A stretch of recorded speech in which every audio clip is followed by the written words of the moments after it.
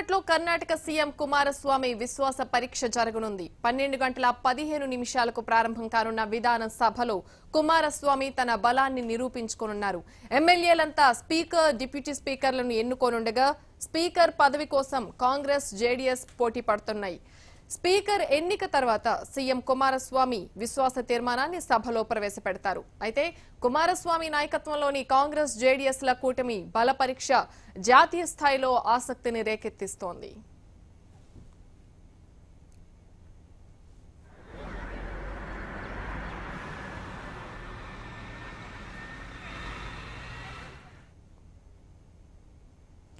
Karnataka CM Kumaraswamy విశ్వాస పరీక్ష కాసేపట్లో జరగనుంది. 12:15 ప్రారంభం కానున్న విధాన సభలో కుమారస్వామి తన బలాన్ని నిరూపించుకోనున్నారు. ఎమ్మెల్యేలంతా స్పీకర్, డిప్యూటీ స్పీకర్లను ఎన్నుకోనుండగా స్పీకర్ పదవి కోసం కాంగ్రెస్, జేడీఎస్ పోటీ పడుతోంది. స్పీకర్ ఎన్నిక తర్వాత సీఎం కుమారస్వామి విశ్వాస తీర్మానాన్ని సభలో ప్రవేశపెడతారు. అయితే కుమారస్వామి నాయకత్వంలోని కాంగ్రెస్, జేడీఎస్ల కూటమి బల పరీక్ష జాతీయ స్థాయిలో ఆసక్తిని రేకెత్తిస్తోంది. ಯಾವ ಗೊಂದಲನೂ ಇಲ್ಲ. ಜೆಡಿಎಸ್, ಕಾಂಗ್ರೆಸ್ 5 ವರ್ಷ ಸಮ್ಮಿಶ್ರ ಸರ್ಕಾರ, ಸುಭದ್ರ ಸರ್ಕಾರ ಕೊಡುತ್ತೆ. ಮತ್ತು ಅವರ ಮ್ಯಾನಿಫೆಸ್ಟೋದಲ್ಲಿ ಇರ್ತಕ್ಕಂಥದ್ದನ್ನೆಲ್ಲ ಕೂತು ಮಾತಾಡಿ ಕಾರ್ಯಗತ ಕೂಡ ಮಾಡ್ತೀವಿ.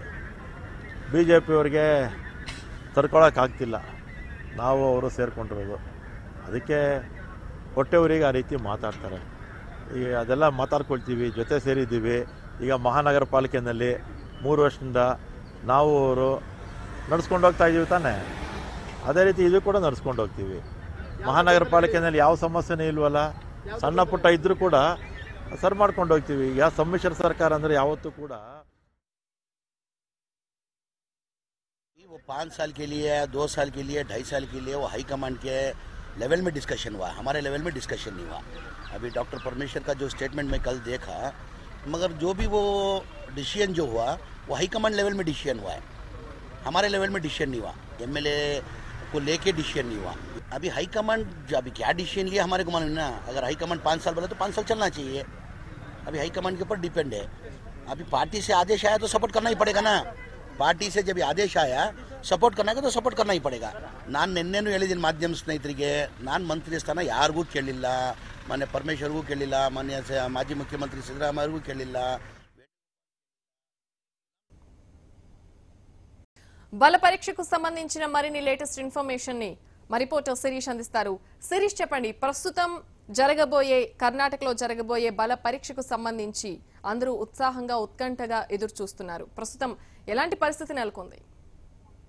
ప్రతిభ, ప్రస్తుతానికైతే 12:15 కర్ణాటక అసెంబ్లీలో జరిగే కుమారస్వామి బల పరీక్ష అనేది ఎటువంటి అవాంతరాలు లేకుండా సజావుగా జరిగే అవకాశం ఉన్నట్లుగా కూడా తెలుస్తుంది. ఇప్పటి వరకు కూడా మరి కాంగ్రెస్ పార్టీ నుంచి కానీ, జేడీఎస్ నుంచి కానీ అందరూ కూడా ఐక్యంగా ఉన్నారన్న సమాచారం అనేది కూడా అందుతుంది.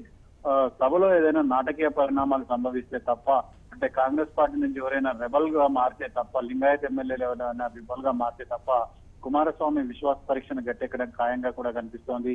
12:15 బల పరీక్ష నిరూపించుకుంటారు. దానికంటే ముందు అంటే 12 గంటలకు ప్రారంభమవుతుంది. దానికంటే ముందు స్పీకర్, డిప్యూటీ స్పీకర్లను ఎన్నుకుంటారు. అయితే స్పీకర్ పదవి కోసం కాంగ్రెస్, బీజేపీ రెండు కూడా పోటీ పడుతున్నాయి. ఇటు స్పీకర్ పదవి కోసం కాంగ్రెస్ నుంచి రమేష్ కుమార్ నామినేషన్ దాఖలు చేయగా, బీజేపీ నుంచి సురేష్ కుమార్ నామినేషన్ దాఖలు చేయడం కూడా జరిగింది. అయితే స్పీకర్ ను కాంగ్రెస్ తీసుకుంటే డిప్యూటీ స్పీకర్ ను జేడీఎస్ కి ఇచ్చే విధంగా వాళ్ళిద్దరి మధ్య అంగీకారం అనేది కూడా జరిగింది.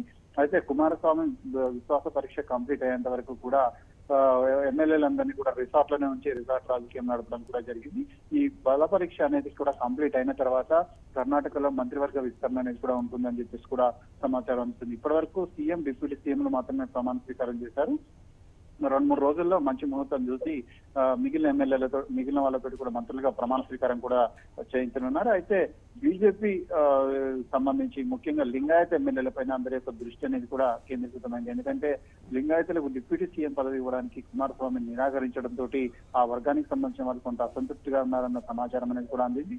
మరోవైపు కాంగ్రెస్ నుంచి సీనియర్ మంత్రి DK శివకుమార్ కూడా అసంతృప్తిగా ఉన్నారు. తనకు డిప్యూటీ సీఎం పదవి ఇస్తానని చెప్పేసి చివరి నిమిషంలో పరమేశ్వరన్కు డిప్యూటీ సీఎం ఇవ్వడం పట్ల ఆయన ఆగ్రహంగా ఉన్నారు. అయితే ఆయన ఆగ్రహాన్ని చల్లార్చేందుకు కాంగ్రెస్ నేతలు తీవ్ర ప్రయత్నాలు కూడా చేశారు. కర్ణాటకలో సంబంధించి కీలకమైన ప్రాజెక్టులు కాంట్రాక్టర్ల విషయాన్ని మొత్తాన్ని కూడా ఈయనకి అప్పచెప్పినట్టు డీకే శివకుమార్ కి అప్పచెప్పినట్లుగా కూడా తెలుస్తుంది. కేవలం అవసరమైతే పిసిసి అధ్యక్ష పదవి కూడా ఇచ్చేందుకు కాంగ్రెస్ పార్టీ సుముఖంగా ఉన్నట్టు కూడా తెలుస్తుంది. కాంగ్రెస్ ప్రతిపాదనతో గనక లింగాయత్ ఎమ్మెల్యేలు శివకుమార్ గనక కాంప్రమైజ్ అయితే మాత్రం ఎటువంటి అవాంతరాలు లేకుండా విశ్వాస పరీక్ష అనేది కట్టేయచ్చు. ఒకవేళ ఏదైనా ఒక 5-6 ఎమ్మెల్యేలు కనుక రెబల్ గా మారుతుంటే మొత్తం 7 ఎమ్మెల్యేలు అనే రెబల్ గా మారాల్సి ఉంటుంది. అది ఇప్పట్లో దాదాపు సాధ్యమయ్యే పరిస్థితి కనపడడం లేదు. మోడీకి వ్యతిరేకంగా వీళ్ళందరూ కూడా కలిసి ఒక కూటమిగా ఏర్పడి ప్రమాణ స్వీకారం సందర్భంగా ఒక మెసేజ్ అనేది కూడా పంపించారు. ఈ రోజు కనుక విశ్వాస పరీక్ష అనేది గట్టెక్కకపోతే దేశ రాజకీయాలకు రాంగ్ మెసేజ్ పోయే అవకాశం ఉంది. కాబట్టి అటువంటి ప్రయత్నాలు ఏవి కూడా జరగకుండా కాంగ్రెస్ జేడీఎస్ రెండు కూడా జాగ్రత్త పడుతున్నాయి. అయితే స్పీకర్ రేస్ లో బీజేపీ కూడా ఉంది, మరి దీన్ని ఎలా అర్థం చేసుకోవచ్చు శిరీష్? అయితే బీజేపీ ఈ లింగాయత్ ఓట్లకు సంబంధించిన వాటిపైనే ఉంది. ఇంకోటి ఏంటంటే పూర్తిగా మేము వారి నుంచి కాంపిటీషన్ నుంచి తప్పుకున్నామన్న మెసేజ్ అనేది కూడా ఇవ్వకుండా స్పీకర్ పదవికి పోటీ చేయాలి. ఒకవేళ ఓడిపోయినా మంచిదే కానీ పదవికి పోటీ చేయాలనేది కూడా బీజేపీ అధిష్టానం ఆలోచనగా కూడా కనపడుతోంది.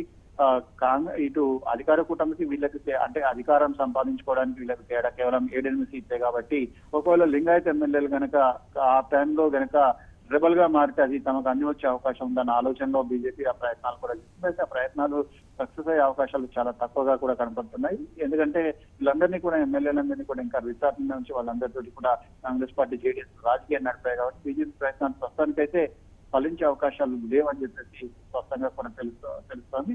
కేవలం కాంపిటీషన్ పోటీ ఇవ్వడం ద్వారా ప్రభుత్వం సంబంధించిన అంటే స్పీకర్ గా ఎన్నిక గానీ లేకపోతే విశ్వాస పరీక్ష గానీ సజావుగా జరగకుండా కొంత ఇబ్బందికరమైన పరిస్థితిని సృష్టించాలని చెప్పేసి దీన్ని ప్రజల్లో ఎక్స్పోజ్ చేయడం ద్వారా ఆ పార్టీల రెండింటి మధ్య జరిగిన కుదిరిన ఒప్పందాన్ని ఎక్స్పోజ్ చేయాలన్న ఆలోచనలో బీజేపీ ఉన్నట్లుగా కనపడుతుంది. అయితే ప్రమాణ స్వీకారానికి బల పరీక్షకు మధ్య ఉన్న ఈ గ్యాప్ బీజేపీకి ఏమైనా ప్లస్ అయ్యే ఛాన్సెస్ ఏమైనా కనిపిస్తున్నాయి శిరీష్? లింగాయత్ ఎమ్మెల్యేలు రివర్స్ అయితే తప్పించి అది బీజేపీకి ప్లస్ అయ్యే అవకాశాలు ఏమాత్రం కూడా లేవు. బీజేపీ కూడా అటువంటి నెగోషియేషన్స్ ఏమి చేయలేదు. మొన్న ప్రమాణ స్వీకారం సందర్భంగా అంటే యడ్యూరప్ప ప్రమాణ స్వీకారం సందర్భంగా బల పరీక్ష సందర్భంగా ప్రయత్నాలు చేశారు. కానీ ఎవరు కూడా మొగ్గు చూపకపోవడం, వీళ్ళు చేసిన ప్రయత్నాలన్నింటినీ కూడా వాళ్ళు ఫోన్లలో రికార్డ్ చేసి వాటికి సంబంధించిన ఆడియోలు విడుదల చేయడం, వీటన్నిటి నేపథ్యంలో అటువంటి ప్రయత్నాలు విరమించుకోవాలని చెప్పేసి బీజేపీ నిర్ణయించింది. ఒకవేళ వాళ్ళంతటా వాళ్ళు కనుక కాంగ్రెస్ పార్టీ తోటి కానీ జేడీఎస్ తోటి కానీ విభేదించి లింగాయత్ ఎమ్మెల్యేలు బయటకు వస్తే ఆ అవకాశాన్ని వినియోగించుకునేందుకు ఈ స్పీకర్ ఎన్నికను ఉపయోగించుకోవాలని చెప్పేసి కూడా బీజేపీ భావిస్తోంది. అయితే పూర్తిగా అది సక్సెస్ అవుతుందన్న ఆలోచన అనేది కూడా బీజేపీకి కూడా లేదు. ఎందుకైనా మంచిదన్న ముందస్తు వ్యూహంతో అంటే ముందస్తు జాగ్రత్తతోటి స్పీకర్ ఎన్నికకు అభ్యర్థిని వాళ్ళు నిలబెట్టడం కూడా జరిగింది. అయితే కర్ణాటకలో సిచ్యువేషన్ చూస్తే అక్కడ టాక్ ఎలా వినిపిస్తోంది? ఒక టెన్షన్ వాతావరణం ఉందా, లేకపోతే కూల్ గానే జేడీఎస్ కాంగ్రెస్ గట్టెక్కుతుంది అన్న నమ్మకం కనిపిస్తోందా? అయితే మొన్న యడ్యూరప్ప ప్రమాణ స్వీకారం సందర్భంగా నెలకొన్నంత టెన్షన్ అనేది ప్రస్తుతం ఆ వాతావరణం అనేది ఏం కూడా కనపడడం లేదు. ప్రస్తుతానికైతే విశ్వాస పరీక్ష అనేది సులువుగా గట్టెక్కే అవకాశాలు ఉన్నట్టుగా కూడా రెండు పార్టీల నేతలు కూడా ధీమా వ్యక్తం చేస్తున్నారు. కానీ విశ్వాస పరీక్షలో కుమారస్వామి ఓడిపోతాడని కానీ లేదా కుమారస్వామికి వ్యతిరేకంగా మేము ప్రయత్నాలు చేస్తున్నామని కానీ బీజేపీ నేతలు ఎవరు కూడా ప్రయత్నం చేయడం లేదు. లోపల ప్రయత్నాలు చేస్తున్నప్పటికీ కూడా మరి మొన్న చేసినంత బహిరంగంగా హార్స్ ట్రేడింగ్ అనేది ఎమ్మెల్యేల కొనుగోలు కానీ వాళ్ళను అది చేయడాన్ని ఇప్పటికిప్పుడు ప్రభుత్వాన్ని ఏర్పాటు చేయాలనే ఆలోచన కానీ బీజేపీ దగ్గర ఉన్నట్లు కనపడడం లేదు. ఒకవేళ లింగాయత్ ఎమ్మెల్యేలు కనుక వాళ్ళంతటా వాళ్ళు సొంతగా పార్టీతోటి విభేదించి మాకు డిప్యూటీ సీఎం ఇవ్వలేదన్న కోపంతో బయటకు వస్తే తప్ప ఆ అవకాశాన్ని వినియోగించుకోకూడదని చెప్పేసి బీజేపీ ప్రయత్నాలు కూడా చేస్తోంది. అట్లా ఆ టైంలో అంది వచ్చిన అవకాశాన్ని అందిపుచ్చుకోవాలని ట్రై చేస్తుంది. కానీ విశ్వాస పరీక్షలు కుమారస్వామిని దించేయడాన్ని బీజేపీ ప్రయత్నాలు చేయడం లేదు. ఎందుకంటే కొన్ని రోజులు ప్రభుత్వం ఆ ఇద్దరి మధ్య ప్రభుత్వం అనేది కొనసాగితే ప్రజలకు వాళ్ళ పాలన ఏ విధంగా ఉంటుందనేది కూడా అర్థమవుతోంది. ఎలాగూ ఇద్దరి మధ్య సవిధ అనేది కూడా కుదరదు కాబట్టి ఇప్పుడు కాకపోయినా 6 నెలల తర్వాతనైనా ఇద్దరి మధ్యలో లుకులుకులు అనేది ప్రారంభమయ్యే అవకాశం ఉంది. తద్వారా రేపు 2019 లోక్సభ ఎన్నికల్లో లబ్ధి పొందొచ్చు. అప్పుడు అవసరమైతే మరోసారి శాసనసభ ఎన్నికలను నిర్వహించుకోవడం ద్వారా రెండింటిని అంటే ఒకే షాట్ రెండింటిని ఇటు అసెంబ్లీని అటు లోక్సభకు సంబంధించిన సీట్లను రెండింటిని కూడా పొందాలన్న దీర్ఘకాలిక వ్యూహంతో బీజేపీ ముందుకు వెళ్తోంది కాబట్టి ప్రస్తుతానికి కుమారస్వామికి సంబంధించిన విశ్వాస పరీక్ష ఎటువంటి ఇబ్బందులు లేకుండానే గట్టెక్కచ్చు. స్పీకర్, డిప్యూటీ స్పీకర్ ఎన్నికలు కూడా సజావుగా జరిగేందుకు ఆస్కారం ఉన్నట్టుగా కూడా తెలుస్తోంది. అయితే ఇప్పుడు సమయం కరెక్ట్ గా 12:14 అవుతోంది. మరి సభ కార్యక్రమాలు ఏ విధంగా జరగబోతున్నాయి, ఎలా స్టార్ట్ అవబోతోంది సభ? దీనికి సంబంధించి ఏర్పాట్లన్నింటి పూర్తిగా చేశారు. మొన్న ఉన్నంత టెన్షన్ వాతావరణం అనేది కూడా లేదు. కాంగ్రెస్ శాసనసభ పక్ష సమావేశం అనేది కూడా జరుగుతోంది. దాంతో పాటు మరోవైపు జేడీఎస్ కూడా శాసనసభ పక్ష సమావేశాన్ని నిర్వహిస్తుంది. ఒకవేళ ఓటింగ్ కనుక చేయాల్సి వస్తే ఓటింగ్ ఏ విధంగా చేయాలనే దాని గురించి ఎమ్మెల్యేలకు దిశానిర్దేశం చేస్తున్నారు. ఎవరైనా అసంతృప్తిగా ఉంటే వాళ్ళ అసంతృప్తిని చల్లార్చే ప్రయత్నం కూడా చేస్తున్నారు. కాబట్టి అక్కడ ఉన్న క్యాంప్ దగ్గర నుంచి వాళ్ళ నేరుగా విధానసభకు తరలించారు.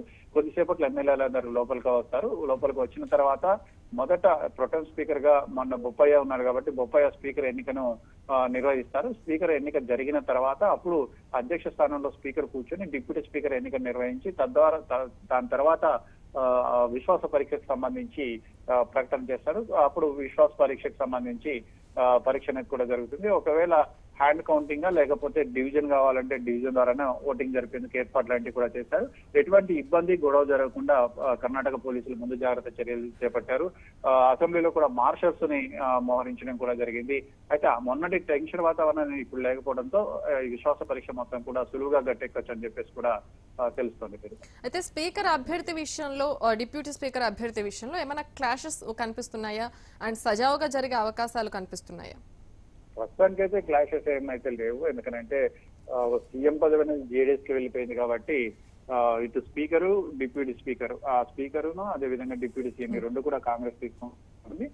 దాంతో పాటు స్పీకర్ ను మాత్రం జేడీఎస్ కి ఇవ్వాలన్న ఆలోచన కూడా కనపడుతుంది. కాబట్టి అయితే ఒకవేళ డిఫరెన్సెస్ ఉన్నప్పటికీ మెయిన్ ఇబ్బందుల్లో కాంగ్రెస్ పార్టీలో సీనియర్ నేత డీకే శివకుమార్ తోటే శివకుమార్ వర్గం కనుక ఓటు చేస్తుందేమో, వ్యతిరేకంగా ఓటు చేస్తుందేమో ఆందోళన అనేది కాంగ్రెస్ పార్టీలో వ్యక్తమవుతుంది. ఆయన అసంతృప్తిని నిత్యం చల్లార్చే ప్రయత్నాన్ని కాంగ్రెస్ పార్టీ సీనియర్ నేతలు కూడా చేస్తున్నారు. డీకే శివకుమార్ వ్యతిరేకంగా ఓటు వేయకుండా ఆయనను చూసుకునే ప్రయత్నాలు కూడా జరుగుతున్నాయి. ఆయనను కాంగ్రెస్ అధిష్టానం స్పెషల్ గా డీల్ చేయడం అనేది కూడా జరుగుతోంది. ప్రస్తుతానికి అయితే శివకుమార్ కొంత మెత్తబడ్డట్టే కనపడుతుంది. కానీ విశ్వాస పరీక్ష సందర్భంగా ఆయన ఎటువంటి వ్యూహాన్ని అనుసరిస్తారనేది అందరిలో ఆసక్తిగా మారింది. ప్రస్తుతం రైట్ శిరీష్, థ్యాంక్ యూ. విధాన సౌధలో జరుగుతున్నటువంటి బల పరీక్షకు సంబంధించి అప్డేట్స్ ఒక షార్ట్ బ్రేక్ తర్వాత చూద్దాం. Stay tune.